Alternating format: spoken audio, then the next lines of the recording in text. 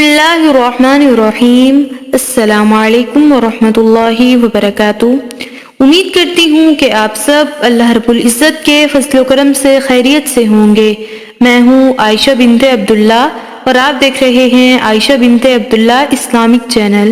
میری ریکویسٹ ہے ویڈیو کو اینڈ تک ضرور دیکھیے گا۔ عزیز سامعات، آج اللہ رب العزت نے مجھے جس موضوع پر لب کشائی کرنے کا موقع دیا وہ ہے سب سے بڑا عہدہ۔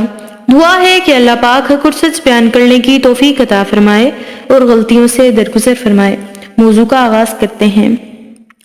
عزیز سامعات، مفتی تقی عثمانی حافظہ اللہ اپنی کتاب ذکر و فکر میں لکھتے ہیں کہ دنیا میں جتنے بڑے بڑے عہدے اور منصب ہیں ان میں سے کوئی ایسا نہیں ہے جسے حاصل کرنا انسان کے اپنے اختیار میں ہو۔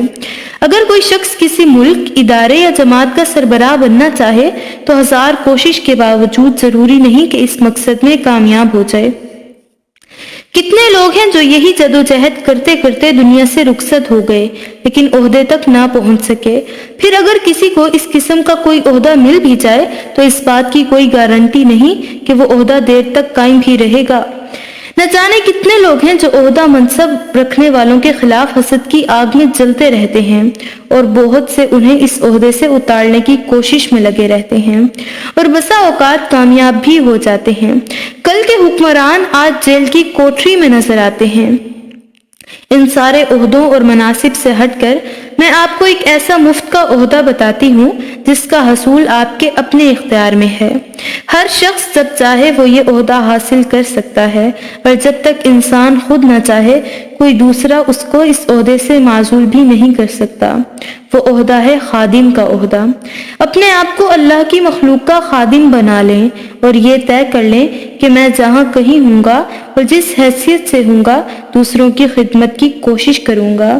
بس آپ کو اپنے اختیار سے یہ عہدہ مل گیا اور یہ عہدہ ایسا ہے کہ نہ اس کی وجہ سے کوئی آپ پر حسد کرے گا، نہ کوئی آپ سے یہ منصب چھیننے کی کوشش کرے گا، نہ کوئی آپ کو اس عہدے سے معزول کر سکے گا۔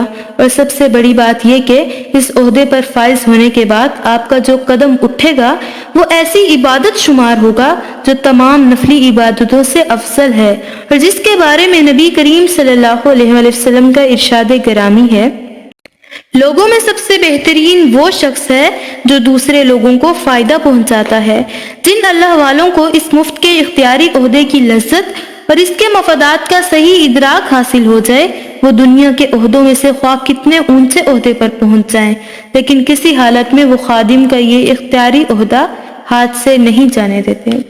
دعا ہے کہ اللہ تعالی ہمیں اپنی مخلوق کی خدمت کرنے والا بنا دے اور ہم سے راضی ہو جائے۔ ویڈیو اچھی لگی ہو تو دعاؤں میں ضرور یاد رکھیے گا۔ لائک، شیئر اینڈ سبسکرائب کرنا مت بھولیے گا اور بیل آئیکن کو ضرور پریس کر دیجیے گا۔ السلام علیکم ورحمۃ اللہ وبرکاتہ۔